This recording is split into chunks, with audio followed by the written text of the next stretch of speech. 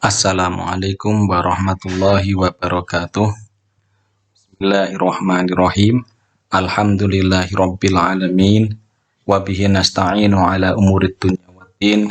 Wassalatu wassalamu ala asyrafil anbiya'i wal mursalin sayyidina wa maulana Muhammad wa ala alihi wa ashabihi ajmain. Amma ba'd. Puja dan puji syukur kehadirat Allah Subhanahu wa taala yang mana pada kesempatan kali hari ini kita masih bisa untuk melanjutkan pembelajaran kita khususnya pada materi yang akan kita bahas pada kesempatan kali ini. Shalawat dan salam tak lupa kita aturkan kepada kehadirat Nabi kita Nabi Muhammad SAW.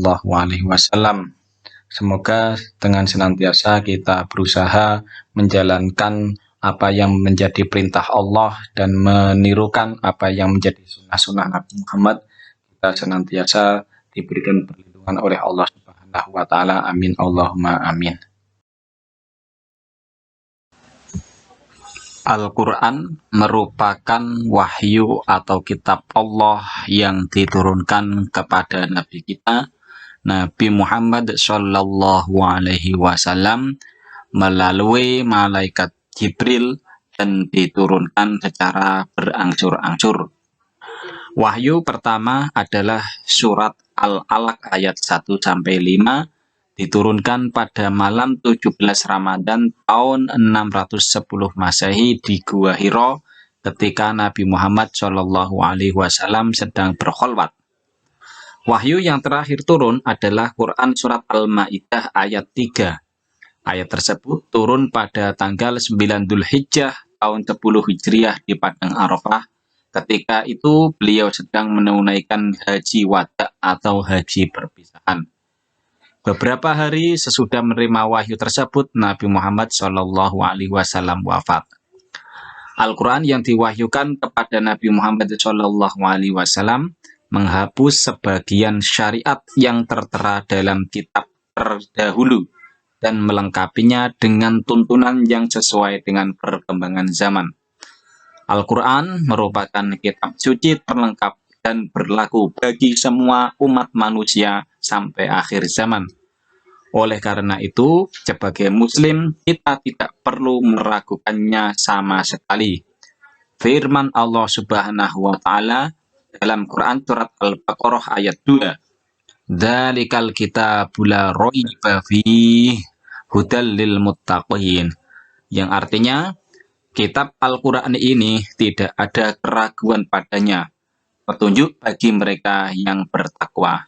Quran surat Al-Baqarah ayat 2. Nama-nama lain Al-Quran sebagaimana yang kita ketahui bahwasanya kitab yang kita jadikan pegangan hidup sebagai seorang muslim adalah Al-Quran.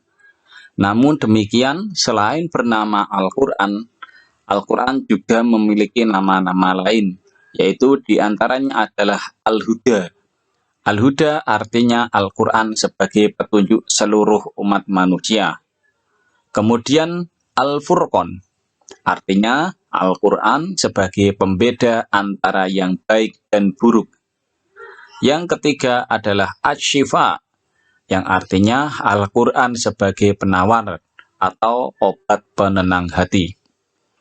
Yang keempat adalah Az-Zikr, ya, artinya Al-Quran sebagai peringatan adanya ancaman dan balasan. Dan yang kelima adalah Al-Kitab, artinya Al-Quran adalah firman Allah Subhanahu wa Ta'ala yang dibukukan.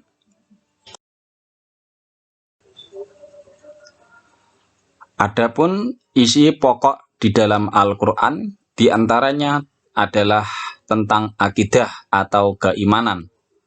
Kemudian tentang ibadah, baik ibadah mahdoh maupun ibadah ghairu mahdoh. Ibadah mahdoh adalah ibadah yang mengurusi aturan hubungan kita kepada Allah Subhanahu wa Ta'ala.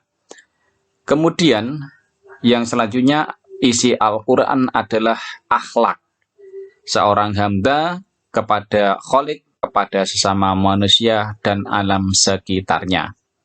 Kemudian yang keempat isinya adalah tentang muamalah, yaitu hubungan manusia dengan sesama manusia. Ada juga di dalam Al-Quran isi pokok yaitu tentang kisah atau kisah, yaitu cerita Nabi dan Rasul, orang-orang saleh dan orang-orang yang ingkar. Dan yang terakhir diantaranya adalah semangat mengembangkan ilmu pengetahuan.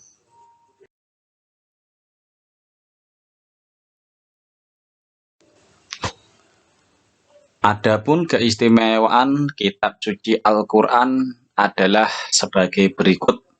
Yang pertama, sebagai petunjuk dan rahmat bagi orang-orang yang beriman dan bertakwa. Bagaimana tadi sudah kita sebutkan, yaitu pada Quran surat Al-Baqarah ayat 2, Dalikal kitabul la raiba fih hudal lil muttaqin. Keistimewaan Al-Quran yang selanjutnya adalah sebagai informasi kepada setiap umat Nabi dan Rasul terdahulu mempunyai syariat atau aturan dan caranya masing-masing dalam menyembah Allah Subhanahu wa Ta'ala. Ya, dalam hal syariat ada beberapa nabi yang berbeda, namun pada intinya semuanya adalah mengajarkan tentang bagaimana menyembah dan kewajiban kita menyembah kepada Allah Subhanahu wa Ta'ala. Keistimewaan yang ketiga adalah Al-Quran sebagai kitab suci terakhir dan terjamin keasliannya. Sebagaimana dalam firman Allah, Inna nahnu nazzalna dzikra wa inna lahu lahafidun. Keistimewaan Al-Quran yang selanjutnya adalah Al-Quran tidak dapat tertandingi oleh ide-ide manusia yang ingin menyimpangkannya. Dan yang terakhir adalah membaca dan mempelajari isi Al-Quran merupakan ibadah. Bahkan ketika kita membaca satu huruf Al-Quran saja dalam hadis Nabi, Allah akan membalas dengan 10 kebaikan. Dari satu huruf yang kita baca, Allah akan membalas kita dengan 10 kebaikan. Perilaku mulia bagi seseorang yang beriman kepada kitab-kitab Allah Subhanahu wa Ta'ala, maka ia akan melakukan hal-hal diantaranya adalah sebagai berikut. Yang pertama yaitu meyakini bahwa kitab-kitab suci sebelum Al-Quran datang dari Allah Subhanahu wa Ta'ala. Tetapi akhirnya tidak murni lagi sebab dicampur adukan dengan ide-ide manusia di zamannya. Yang kedua, Al-Quran sudah dijaga kemurniannya oleh Allah Subhanahu wa Ta'ala sampai sekarang. Umat Islam juga sebagai penjaganya, menjaga kemurnian Al-Quran adalah tugas kita sebagai muslim. Salah satu cara menjaga Al-Quran adalah dengan berusaha menghormati, memuliakan, dan menjunjung tinggi kitab suci Al-Quran. Yang keempat adalah menjadikan Al-Quran sebagai petunjuk dan pedoman hidup dan tidak sesekali berpedoman kepada selain Al-Quran. Yang keempat, berusaha untuk membaca Al-Quran dalam segala kesempatan, dikala suka maupun duka, kemudian belajar memahami arti dan isinya.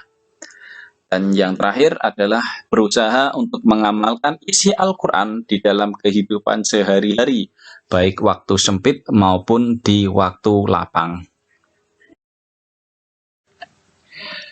Demikian pembahasan materi pada kesempatan kali ini. Kurang lebihnya mohon maaf. Wal afwu minkum. Walhamdulillahi rabbil alamin. Wassalamualaikum warahmatullahi wabarakatuh.